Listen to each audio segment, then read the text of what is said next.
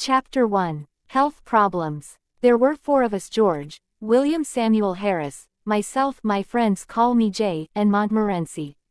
We were sitting in my room and were smoking and talking about our bad health. We were all feeling very ill, and we were unhappy about it. Harris said he felt dizzy sometimes. George felt dizzy, too. My big problem was my liver. I knew I had a bad liver. I had read about all the symptoms of liver disease in a book. I had every symptom that was written. Every time I read about an illness, I realized that I have it. Health problem. One day, I went to the British Museum library to read about it. After some time, I began reading about another illness. I don't remember the name now, but it was something terrible. I knew I had that terrible illness, too. I began reading the book from the letter A to the letter Z. I had the symptoms of all the diseases in the book, except for one. I didn't have housemaid's knee. This made me a bit unhappy. Why didn't I have housemaid's knee, too? With all the diseases I had, I knew my life was short. I tried to examine myself. I tried to feel my heart. I tried to look at my tongue. When I had walked into the library, I had been a happy, healthy man. When I left it, I was a very ill man. Went to see my doctor. He is an old friend. Whenever I think I am ill, he examines me and says I am fine. A doctor really must have practice. This time, I thought, he will get more practice with me than with 1,000 normal patients. After all, normal patients have only 1 or 2 diseases each. With you? He asked. Well, what's wrong? I said, if I tell you what is wrong with me, you will die before I finish. Life is too short. I'll tell you what is not wrong with me. I don't have housemaid's knee. But I have everything else. I told him about what I had read at the library. He looked at me carefully. He listened to my heart and looked at my tongue. After that, he wrote a prescription and gave it to me. I put it in my pocket and went out. Didn't read the prescription. I took it to the chemist's and gave it to him. He read it and gave it back to me. He said, I don't have the things on the prescription. But you're a chemist, aren't you? I asked. He said, you're right, sir. I'm a chemist. I don't have a shop and a hotel. Prescription. I read it said, every 6 hours, lb of good, pint of beer every fresh meat. Morning, 10-mile walk.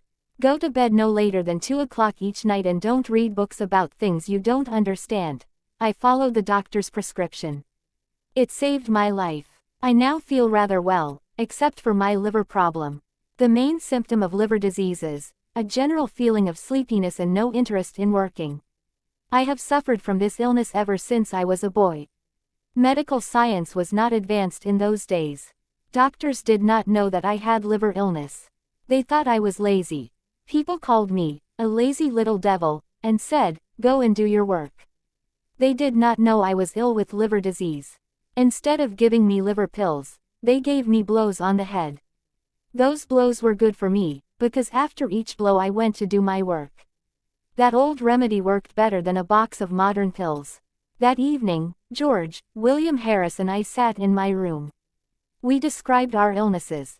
I explained to George and William Harris how I felt in the morning. William Harris told us how he felt when he went to bed. Then George stood up and told us how he felt at night.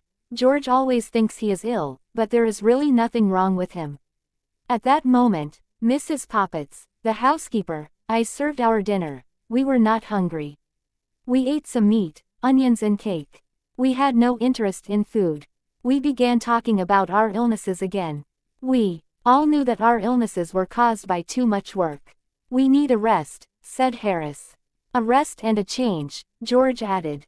On Tuesday you feel worse. Then on Wednesday you're really sick. On Thursday and Friday you're almost dead. On Saturday you can finally drink a few teaspoons of tea. On Sunday you can walk again and eat some food.